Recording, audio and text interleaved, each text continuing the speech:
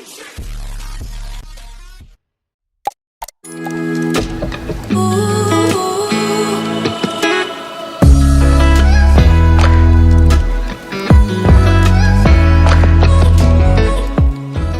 هلا بالحبايب، كل اللي يشوفني وكل اللي يتابعني، وياكم سعد جوهر دائما وابدا.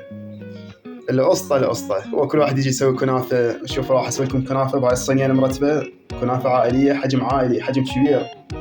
سلم لي وهاي الكنافة بالشعرية ماكو ابسط من عندها. انا مسويها بالسميد، السميد هي اصعب بس اطيب، السميد اطيب، النابلسية بالسميد. بس هاي نسويها اللي هي بالكنافة هاي الشعرية بهذا النوع. هاي النوعية اسهل وابسط، راح اشوفكم طريقتها بالتفصيل. هسه اول شيء هاي عندي هاي الكنافة جايبها، هاي كمية جايبها، راح اقطعها هسه كلها، راح افتحها واقطعها زين. بعدين المرحلة الثانية شوفكم اخلي عليها دهن، الزبد او الدهن اخلي عليها بعد ما اقطعها، بعدين افرشها على الصينية. شوفوا الخطوات وياي اول باول. هسه مثل هذا الشكل قطعتها الكمية اللي احتاجها للكنافة.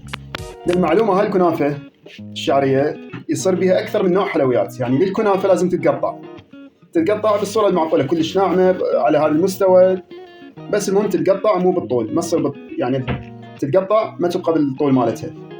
بس مثلا يصير من عندها البرمة يصير من عندها لا ما يحتاج تقطعها بالطول مالتها، تلفها بس طريقة شوية تختلف عنها. أصلا من عندها عش البلبل نفس الشيء، عش البلبل هم يحتاج بالطول، ما يحتاج تقطعها بالطول. الشعرية نفسها على طولها، ما تقطعها بهالمستوى القصير، على طولها مو على المستوى القصير، على طولها. بعد أفضل تلف بها عش البلبل. شي يصير بعد من من عندها البلورية نفس الشيء تتقطع لازم، مثل الكنافة البلورية بالجوزة وبالفستق. يعني أكثر، وبعد أنواع، أكثر أنواع تصير بيها. مو نوع. المعلومة الثانية، الحلويات بصورة عامة تعتمد مو بس على الشغل، هم على الشغل، وتعتمد أهم شيء نوعية دهن طيبة تصير بيها. بس أنا راح أخلي لها زبد، ما عندي يعني لا دهن حر ولا، راح أخلي لها زبد. هسه بعد ما خليت لها الدهن، الكمية عينك ميزانك. أنا لا على الوزن ولا على الشيء، على الكمية اللي أنا أشوفها على قد الصينية مالتي، اللي هاي الصينية مالتي اللي راح أسوي عليها. عينك ميزانك. حتى السمن أو الدهن أو الزبد هم بالكمية المطلوبة.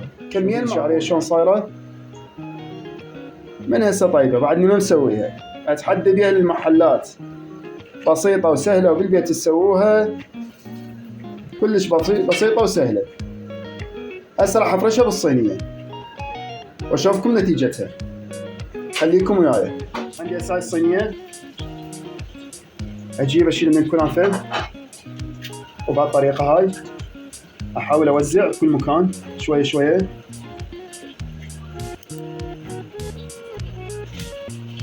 هاي راح أسويها بالجبن، طبقتين بالجبن. راح أوزعها كامل على الصينية، أوزعها بصورة كاملة على الصينية، ما تبقى بيها فراغات. طبقة زينة بديكم، كبسة زينة. هسه راح أخلي الجبن عليها، نكبسها كبسة زينة هيك بدينا، قبل لا نخلي عليها الجبن والطبقة الثانية.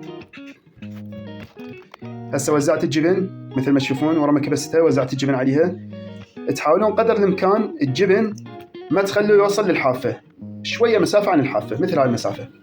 شوفوا مثل هاي المسافة، على مود لا يلزق، لأن هذا من راح يحمر، راح يموع الجبن كله. من الشعرية البقت، من هاي الكنافة البقت راح أخلي عليها وأكبسها الكبسة الأخيرة، وراح أشويها. هالمرة ما راح أشويها على النار، أنا من قبل مسويها عندي باليوتيوب، مسويها بالسميد، مسويها بالسميد يعني النابلسية، ومسويها بهاي الكنافة بالنوعيتين، بس كنت أسويها على النار. هسه راح أسوي لكم إياها، وعندي نوعية لو خلني مسويها بالفرن من زمان عندي باليوتيوب. هاي المرة هم راح أسويها بالفرن، راح أشويها بالفرن. خليكم الكنافة وهسه جاهزة بعد الكبس. بعد ما خليت الجبن كبستها، خليت الطبقة البقت، الكمية البقت من الكنافة الشعرية، فرشتها فوق الجبن، فصار طبقة أسفل وطبقة الأعلى، طبقة الفوق وطبقة جوا. هسه بهالطريقة هاي هسه جاهزة للشوي. شوف شلون صينية، باه سلم لي باوا، سلم لي.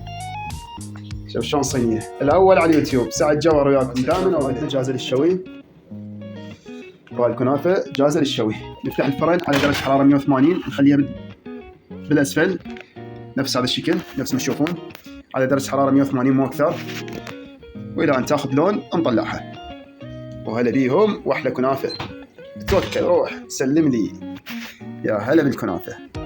خليكم وياي النتيجه الاخيره. خليتها بالاسفل بس الحافات، اشوف الحافات اتابعها اراقبها، بس اشوف الحافات تفتح تبدي تفتح وشويه تاخذ لون، ارجع اصعدها فوق على مود الفوق ياخذ لون. صعدتها فوق هسه بس تاخذ لون فوق واطلعها تكون جاهزه بعد الاكل.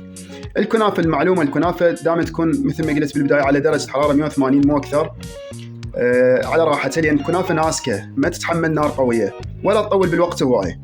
لازم تتابعوها مستمر، ما تطول، ما تاخذ وقت هواي، تابعوها مستمر بس تاخذ لون شقار طلعوها.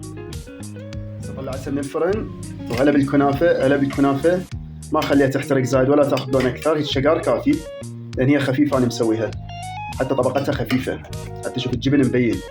هسه مباشره الشير هنا دافيه عندي ادفيها مو بارده، لازم تكون دافيه الكنافه، وابدا اخلي عليها الشيره. وهلا بالكنافه. هلا بالكنافه. هلا بالكنافه. شخ شخ شخ شخ سمعات شخ شخ. من تسوي هاي؟ هذا الصوت من يطلع يعني الحلاوه عندكم طالعه تمام. كل الحلويات تخلون عليه الشيره وهذا الصوت يطلع به هذا الصوت يعني حلاوتكم مضبوطه 100%.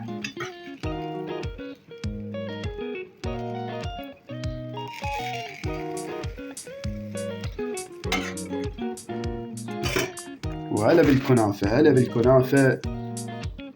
هلا هلا هلا هلا هلا هلا. سووها ولا تنسون الدعم والاشتراك بالقناه، احبكم ودائما وياكم.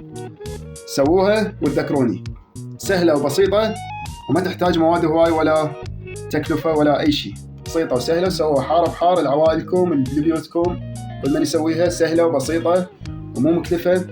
والف عافيه ومليون عافيه. تحياتي لكم جميعا ومع الف سلامه.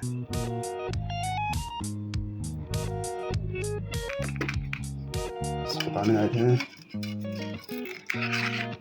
والكنافه. الكنافه شوفوها سلم. شوفوها هاي الكنافه كلها جبن، عباره عن جبن. وهلا بيهم سووها وتذكروني. وهاي ابوك قطعه من عندها، شوفوها وياي، هاي قطعه من عندها ابوك، قطعه حلوه. نقول بسم الله. يا ويلي على الكنافه. سووها مو خساره، ما تخسرون، سووها.